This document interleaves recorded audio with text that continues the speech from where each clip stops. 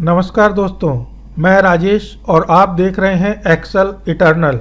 आप इस वीडियो को इंग्लिश में भी देख सकते हैं हमारे चैनल एक्सेल इन्फिनिटी पे, जिसका लिंक नीचे डिस्क्रिप्शन में दिया गया है। तो आइए शुरू करते हैं। आज इस वीडियो में आप जानेंगे एक्सेल में लोन या ऋण को कैलकुलेशन के लिए जो फाइनेंशियल फंक्शंस हैं उनके बारे में। अगर आपने लोन या ऋण लिया है या इसके बारे में सोच रहे हैं तो निश्चित रूप से ये आपके लिए सहायक होगा। इससे पहले कि मैं फाइनेंशियल फंक्शन के विस्तार में जाऊं, कुछ बेसिक टर्म्स हैं जो इन फाइनेंशियल फंक्शंस में इस्तेमाल होंगी, उसके बारे में जानना जरूरी है। तो आइए इनके बारे में एक एक करके जानते हैं। इनमें सबसे पहले है प्रेजेंट वैल्यू और पीवी।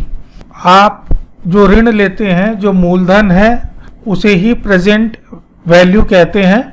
मान लीजिए अगर आपने 20 लाख या 2 मिलियन का ऋण लिया है एक घर खरीदने के लिए, तो ये 2 मिलियन या 20 लाख की जो रकम है, जो अमाउंट है, वो प्रेजेंट वैल्यू है। इसके बाद फ्यूचर वैल्यू या एफबी। आप जो ऋण लेते हैं उसके अंतिम किस्त या ईएमआई देने के बाद जो रकम बचती है उसे फ्यूचर वैल्यू कहते हैं।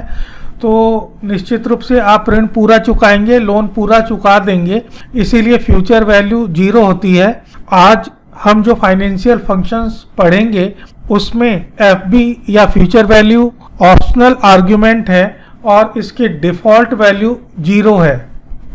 इसके बाद पेमेंट या पीएमटी, ये आपकी ऋण की किस्त आप समझ लीजिए, जिसे हम अंग्रेजी में ईएमआई और हिंदी में किस्त कहते हैं, कि आप लोन हर महीने जो अदा करते हैं।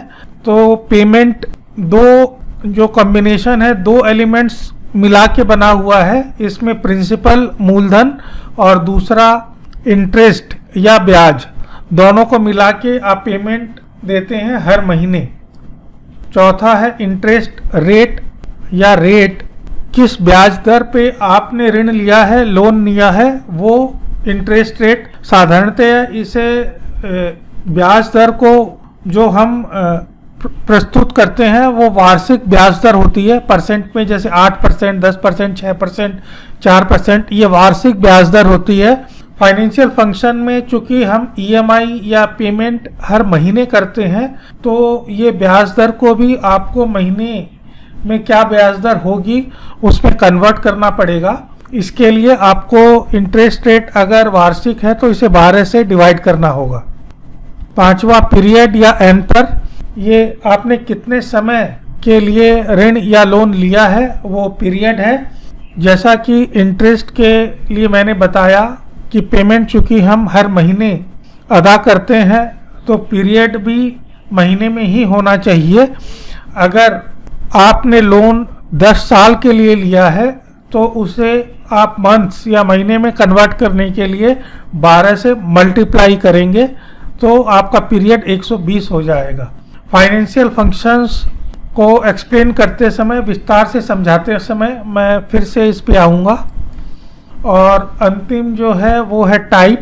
आपने जो लोन लिया है उसकी ईएमआई या पेमेंट कब ड्यू हो रहा है।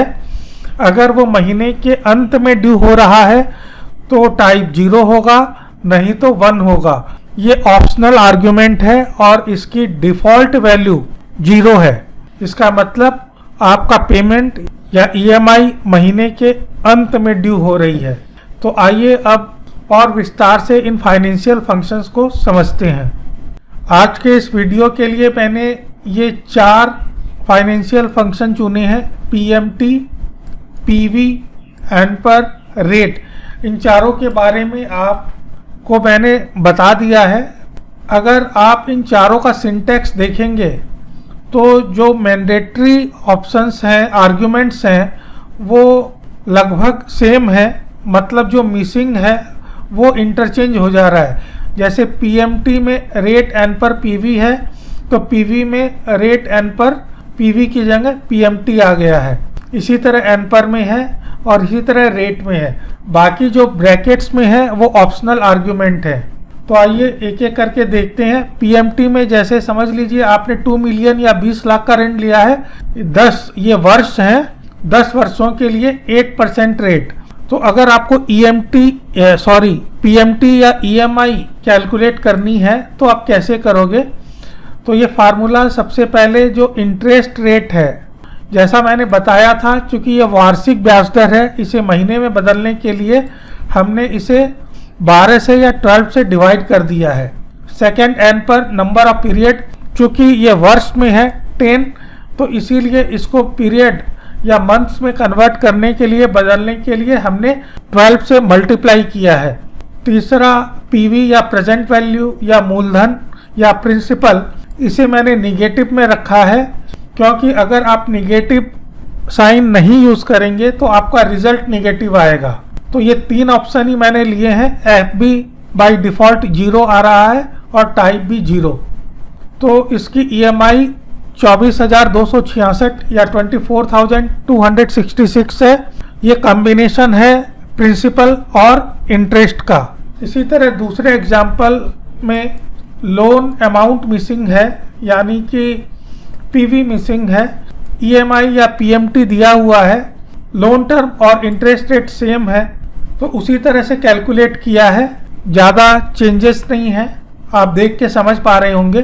तीसरा एन पर में अगर आप देखेंगे तो मैंने कैलकुलेशन वैसे ही किया है, लेकिन अंत में इसे 12 से डिवाइड किया है रिजल्ट को, क्योंकि एन पर में जो आपको नंबर ऑफ पीरियड मिलेगा वो मंथ्स आएंगे, उन मंथ्स को ईयर में कन्वर्ट करने के लिए मैंने 12 से डिवाइड किया है। अगर आप 12 से डिवाइड नहीं करेंगे तो ये नंबर ऑफ मंथ्स या नंबर ऑफ पीरियड्स आएगा आपके रिजल्ट में। रेट में भी कैलकुलेशन लगभग एक ही तरह से हुआ है, लेकिन मैंने इसको अंत में 12 से मल्टीप्लाई किया है, क्योंकि रेट जो आपका रिजल्ट आया है वो 1 महीने का ब्याज है, उसको वार्षिक ब्याज में बदलने के लिए इसे 12 से मल्टीप्लाई किया है। तो उम्मीद करता हूँ ये आपको समझ में आया होगा और ये आपको हेल्प करेगा। धन्यवाद।